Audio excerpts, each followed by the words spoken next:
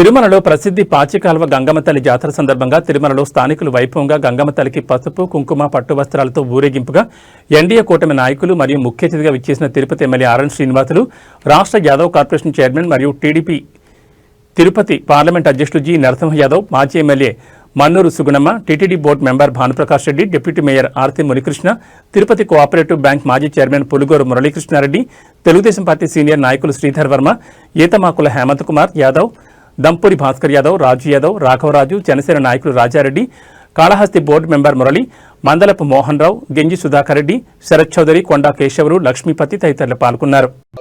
కాలనీలో నివసించే ప్రజలందరూ కూడా ఇక్కడ గంగమ్మ తల్లి ఆశీస్సులతో గత 1964 సంవత్సరం మొదలు పెట్టడం జరిగింది. అప్పటి నుంచి కూడా ప్రతి సంవత్సరం ఈ గంగమ్మ తల్లికి ప్రతి సంవత్సరం కూడా పూజలు చేయడం జరుగుతూ ఉంది. అన్ని మొక్కలు కూడా మొక్కుంటున్నారు. ఏ అపశకనాలు జరగకుండా అందరికీ ఆయురారోగ్యాలతో మంచిగా ఉండాలనేసి ప్రతి ఒక్కరూ పొంగళ్ళ పెట్టి పూజించి మొక్కడం జరుగుతూ ఉంది. అందులో ఇది ఆనవాయితీగా వచ్చే గంగమ్మ తల్లి పండుగ. ఖచ్చితంగా కూడా ఇది గంగమ్మ తల్లి బాలాజీనగర్ వాసులందరికీ కూడా సుఖ దర్శనాలతో ఉండాలని మనస్ఫూర్తిగా కోరుకుంటున్నాను. ఈరోజు ఆ దేవదేవుడు కలియుగ ప్రత్యక్ష దైవం వెంకటేశ్వర స్వామి ఆశీర్వాదంతో పాటు మన తిరుమలలో ఉండేటువంటి స్థానిక దేవత గంగమ్మ తల్లి ఆశీర్వాదం కూడా పొందాలని కావాలని చెప్పి నిత్యం ప్రతి ఏడాది గంగమ్మ జాతర ఇక్కడ అత్యంత వైభవంగా నిర్వహిస్తున్నారు.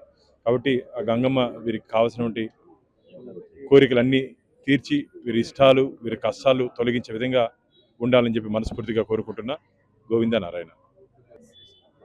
తల్లి ఇక్కడంతా కూడా తిరుమల వచ్చేటువంటి భక్తులైతేనేమి, ఇక్కడ ఉన్నటువంటి స్థానికులైతేనేమి అన్ని విధాలా కాపాడుతూ ఈ తిరుమల నగరాన్ని కాపాడుతున్నటువంటి ఆ తల్లికి ఈ రోజున జాతర నిర్వహించుకోవడం ఆనవాయితీగా వస్తుంది.